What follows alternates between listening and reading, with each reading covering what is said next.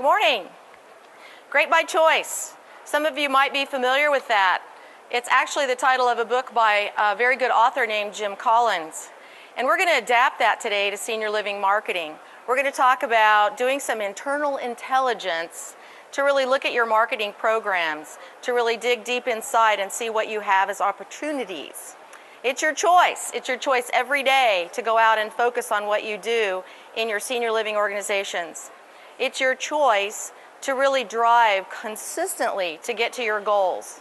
It's also your choice to possibly look inside as opposed to outside to see what your opportunities might be with marketing. You can decide if you want to be successful or fail just by looking at what you're doing internally, and that's what we're going to talk about briefly this morning. Can you see your own nose? Most of you are going to say probably not, which is very similar to our communities, our organizations. We can't always see what's right there in front of us. We can't always identify those objective things we need to look at. So today we're going to talk about how we go about that through the process of assessment. And it's all related to marketing this morning. So we're going to talk about how do we assess or look at internally what we need to do that are opportunities for us. And sometimes we don't have the finances or the opportunity to go outside and hire someone to come in and do that for us and do an assessment, so then we go forward. Sometimes what we've always done gets in the way of what we could do.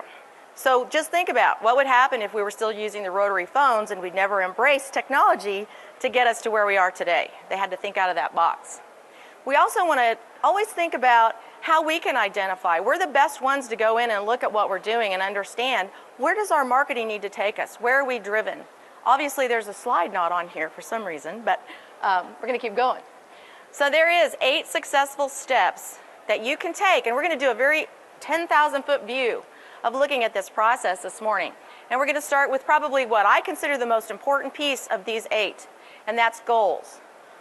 The foundation of every good program for sales and marketing is goals.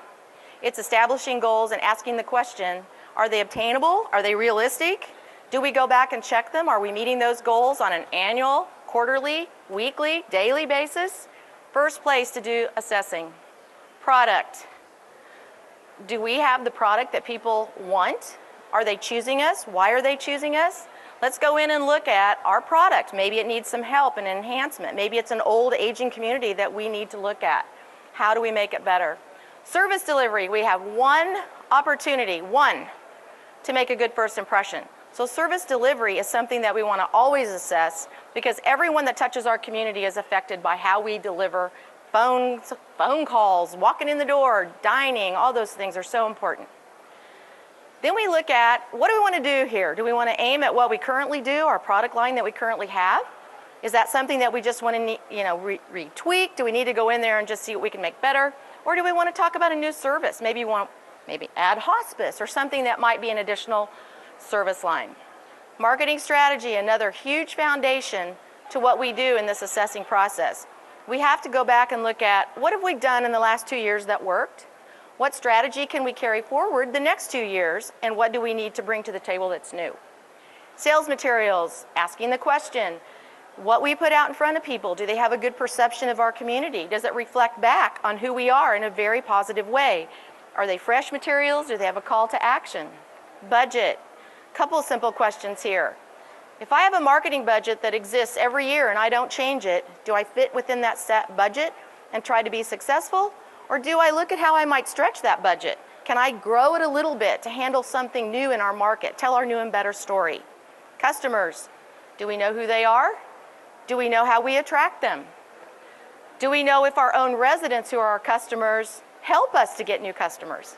Who goes out and really gets that customer base? 2 of the most analyzed products that we know, Pepsi and Coke.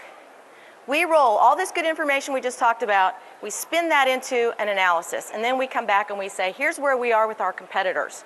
These 2 thought they were in it against each other, and then they realized everybody wanted to be a Pepper. And so number 3, Dr. Pepper, came up in the ranks, and now the Dow Jones looks at them very closely. So we always recommend analysis is important to your assessment process. And last but not least, reports.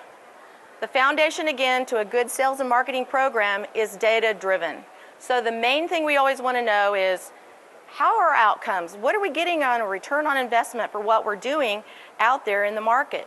So reports and who's doing them and who's seeing them is important. So what I would challenge you with today is, I know you're good. You're very good at what you do for the people that you serve. I challenge you to go out and be great. And you can only be great when you're in control of that greatness. So I thank you for your time today, and have a good day.